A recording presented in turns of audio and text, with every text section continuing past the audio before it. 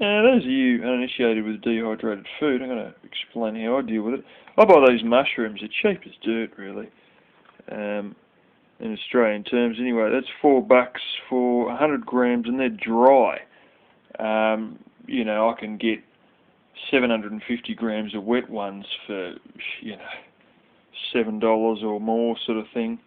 And they're just plain Jane, but these are all the fancy ones. You even get black fungus in it, and oyster ones and the whole bit.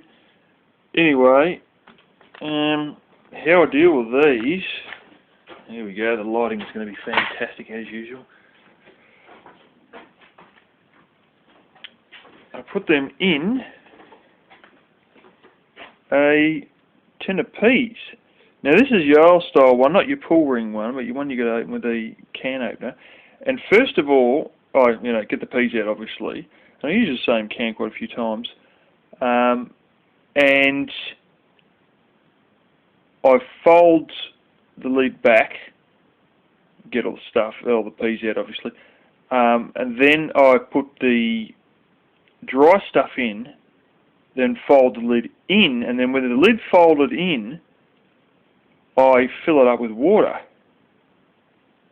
as you can see there.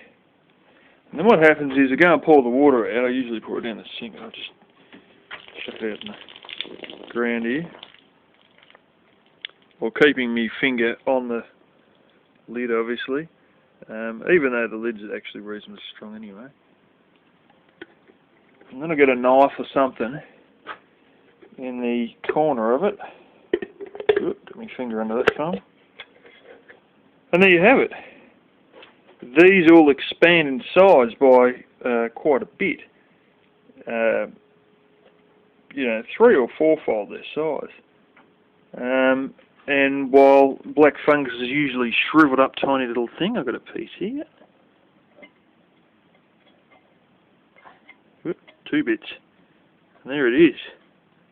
Folds right out. There's a second bit. And then what I do with that, now I think it's sort of designed for making soups, but I just throw these straight in the frying pan, but you've got to be careful that you don't have the frying pan up and really hot at the time, because there's so much water it'll crackle like hell.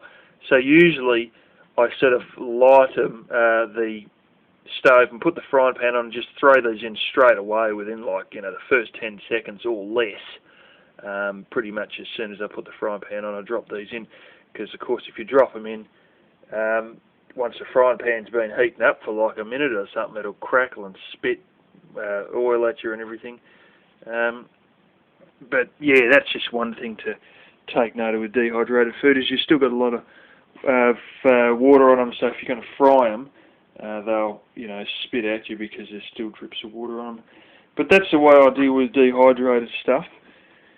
And yeah, it works great.